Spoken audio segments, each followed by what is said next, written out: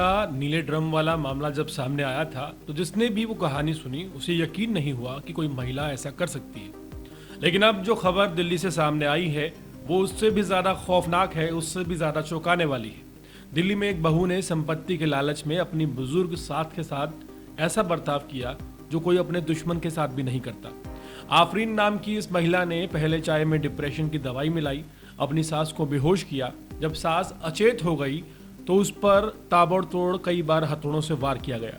इसके बाद उसने पहली मंजिल जहां सास रहती थी वहां आग लगा दी और घर का सामान तितर बितर कर दिया ताकि वारदात को लूटपाट जैसा दिखाया जा सके।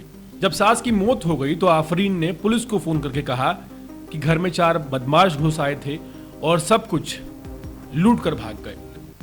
कुछ कुछ घटनाएं ऐसी सामने आती हैं कि हर कोई सोच में पड़ जाता है कि आखिर कोई लालच में इतना अंधा कैसे हो सकता है। दिल्ली में हुई यह वारदात भी ठीक वैसी ही है। एक बहू ने संपत्ति के लालच में अपनी बुजुर्ग सास के साथ जो क्रूरता की वो वहशीपन की सारी हदें पार कर देती है। सच कहें तो ऐसी बेरहमी तो कोई अपने दुश्मन के साथ भी नहीं करता, मगर यह अपराधी कोई अजनबी नहीं बल्कि घर की ही बहू आफरीन निकली। मामला राजधानी दिल्ली के वजीराबाद के संगम विहार का है। घर में महीनों से तैयारियां चल रही थी सबसे छोटे बेटे रिजवान की शादी की, जो कि जनवरी में होनी थी। मां नसरीन बेगम इस शादी को लेकर बेहद खुश थी, लेकिन इसी पर आफरीन को यह सब कुछ खटक रहा था। 5 महीने की गर्भवती आफरीन को शक था कि उसकी सास अपनी सारी संपत्ति छोटे बेटे रिजवान के नाम कर देगी।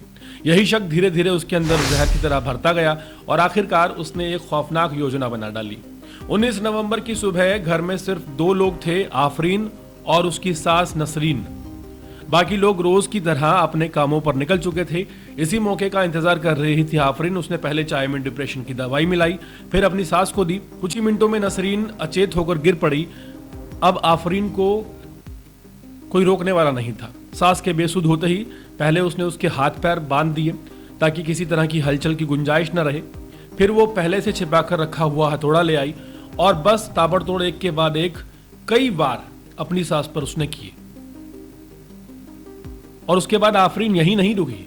हत्या को हादसा और लूटपाट जैसा दिखाने के लिए उसने पहली मंजिल पर सामान इधर उधर फेंक दिया, अलमारियों की सारी चीजें निकालकर फर्श पर फैला दी, फिर केरोसिन डालकर आग लगा दी।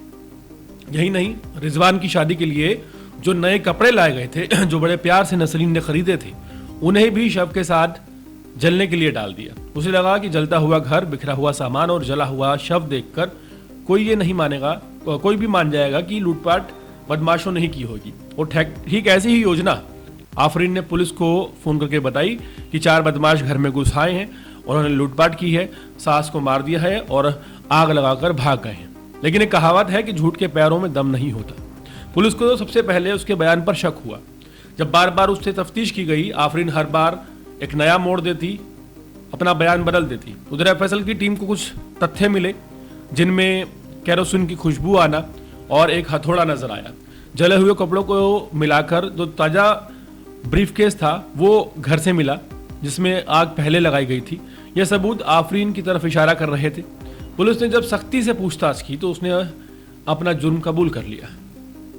उसकी हिम्मत देखिए कि 5 महीने की गर्भवती होने के बावजूद उसने इतने ठंडे दिमाग से इतनी खतरनाक योजना बनाई, तैयारी की और पूरा अपराध को अंजाम भी दे दिया। ये जानकर झटका लगता है कि उसने अपनी सास को मारने के बाद घर में जो शादी की चीजें थी उन्हें भी जला दिया। आज हालात ये है कि जिस घर में 1 महीने बाद जनवरी में शहनाई बजनी थी, वहां गम का माहौल है, सन्नाटा पसरा है और एक ऐसा दर्द है जो आसानी से खत्म नहीं होगा। एक बेटा जो अपनी शादी के सपने बुन रहा था अब अपनी मां की कब्र के सामने खड़ा है। भाइयों का घर सूना पड़ गया है। पुलिस ने आफरीन को हिरासत में ले लिया है। मामले की जांच चल रही है, लेकिन ये घटना सिर्फ एक कानूनी केस नहीं, यह समाज के लिए एक बड़ी चेतावनी है।